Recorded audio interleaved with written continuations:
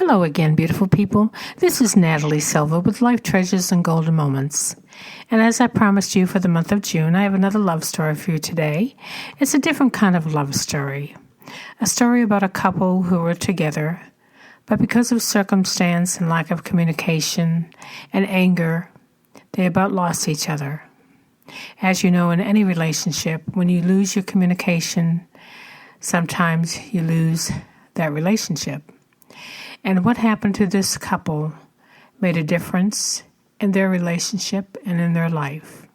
Today's author is Rusty Fisher, and the title of the story is To Begin Again. As it has been said by H.G. Wells, let your love be stronger than your hate or your anger. Learn the wisdom of compromise, for it is better to bend a little than to break. The restaurant was crowded, and I waited at the bar until my wife and my table was called. A fire roared nearby, and a real tree stood simply in the corner, covered in small white lights, and nothing else. I had ordered my wife a glass of wine and sipped at my draft beer while she lingered in the bathroom. No doubt she was drying her eyes and reapplying a third coat of mascara, I thought, bitterly as I remember the heated words and nasty barbs we had exchanged on the first leg of our trip from North Carolina to Florida. We were going home to get a divorce. There was nothing pleasant about it. Neither of us was even trying anymore. We had pulled over at the first nice restaurant that we saw on the highway. Of course, we had passed hundreds others that either hadn't lived up to her expectations or my price range. We blamed each other the more our hunger grew. I grunted when the hostess told us that the wait was over an hour. My wife sighed and disappeared into the ladies' room. As I chewed on stale peanuts and ordered another beer, I watched the happy couples at the bar basking in the firelight and looking forward to the new year that they had no doubt roared in together romantically. My wife and I had spent the first day of the new year storming around the house, dividing the CD collection and credit card bills. We had been married for 4 years, so there was a lot to go over. I watched a young couple kiss. An older couple held hands. I recalled a happier time not too long ago when my wife and I had been right there with them, lingering over cocktails at a bar on purpose instead of just rushing in to get a table, eat, and get it over with. I thought of the past year and its few ups and many downs. It had started with a job transfer, and things had gone downhill from there. My wife said goodbye to her fourth-grade students, and we packed up the car and moved 10 hours away. We had no friends, no family, and our first month's phone bill was enormous. She found a job quickly and advanced easily, while I soon realized that my job was a big disappointment. She missed her family and her students, and I missed my old job, and nothing worked out right. The move cost more than we expected. We rented an expensive apartment we really didn't need, and there was nothing to do in our new town but eat and watch TV and fight. Resentment grew with each passing day and each month. But instead of talking to each other and sharing our problems, as we had in the past, we turned to grumbling and grousing and fussing and fighting. How could I tell her I felt unfulfilled and defeated at my new job? The job that had caused her to uproot her whole life and follow her husband to a small town in the mountains of North Carolina. How could she tell me she hated going into work every morning and felt unfulfilled without being in a classroom? In the end, neither of us told the other anything. When we spoke at all, it was just to yell or accuse or snipe or bark. My wife appeared at the bar looking beautiful despite her puffy, cried-out eyes. I felt guilty at her tears, and each drop was like a knife in my heart. There was a time in our life when the thought of making her cry brought tears to my own eyes, but now each drop was like some stupid point on an invisible scoreboard. I watched her cross the room and felt a lurch inside my stomach as I thought of my life without her. "How do I look?" she asked instinctively, and I had to laugh. It was a question she asked constantly, all through the day and the night, and an inside joke we shared for years, soon to be shared no more. She thought I was laughing at her makeup, and she quickly downed her wine with a sour expression on her face that had nothing to do with the vintage.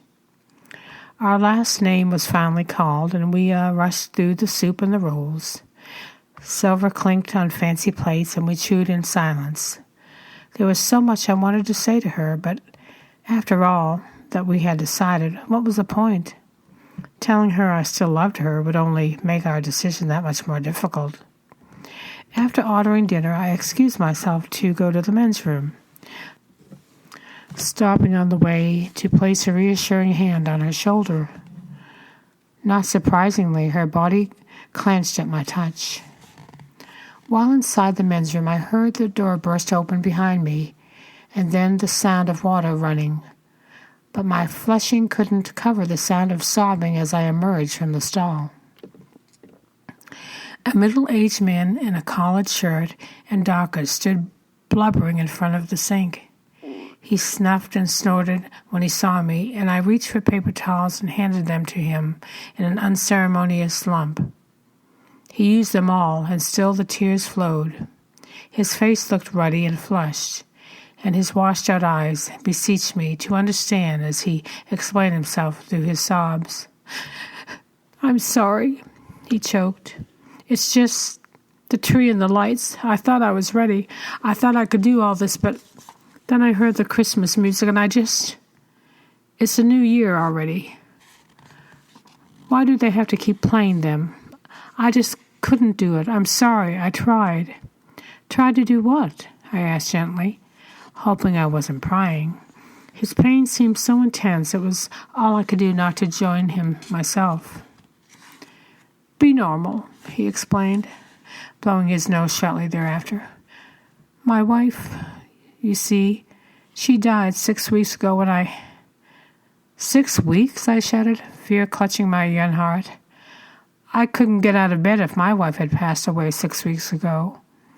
Despite the current state of affairs of my marriage, I suddenly realized this statement was all too true. He nodded as if I had an idea what kind of pain he was experiencing. "I know," he nodded. "I know, but I managed to make it through Thanksgiving by drinking my way through a tropical cruise. I even managed to eat and sleep my way through Christmas, and I thought I should be well by now. But Christmas was always her favorite. I never stopped to listen to all of those silly Christmas songs until this very night. My appetizer came, my drinks, and my salad. It all just sat there while I listened to the words, over and over. Then I just started bawling. I'm sorry, you must think me a fool." Just then, the men's room door burst open again, nearly knocking me to the ground. 2 young men of college age rushed to surround the crying man. They wore expensive sweaters and grave expressions and called him Dad. They asked if he was all right and turned their backs to me as they cleaned their father up and in private. The small room grew crowded, and I left them to their task. I wanted to ask the man how long he and his wife had been married, but by the age of his grown sons, I assumed it was well beyond 20 years. I watched my wife's young face aglow in the candlelight. Her fine hands curved around the stem of her wine glass. My legs felt leaden as I joined her at the seat, taking the chair beside her and pulling her into my arms just as the tears came. "What's wrong?" she whispered in my hair as I clung to her chest. Her tone held no scorn, only bare and naked concern that her husband should feel pain. After so many hateful words, so many petty barbs, I was still her husband. "I'm sorry," I said, looking into her eyes. Her tears spoke her truest fears, and in seconds we were tripping all over each other's apologies. Relief overflowed our hearts as we spoke. "I'll find a job back home," I sputtered. "I'll work 2 jobs, whatever it takes. I miss our family. We'll both find jobs," she joined. "You'll see. We'll be fine. We'll start all over, Last year was horrible. This year will be fresh, and when our apologies and plans were spent, she held me close and whispered 2 words in my ear. What happened? But how could I explain in one quick bathroom visit I had lost her and then found her all at the same time? Sometimes it takes seeing someone else's pain to realize how blessed we are and for what we have in our life, and to realize that everything is special. I'm happy this couple was able to realize that before they ended a beautiful relationship. Reach out to others, love them, and have an open heart and open mind. Until next time, this is Natalie Silver with Life Treasures and Golden Moments. You all take care, and may God bless.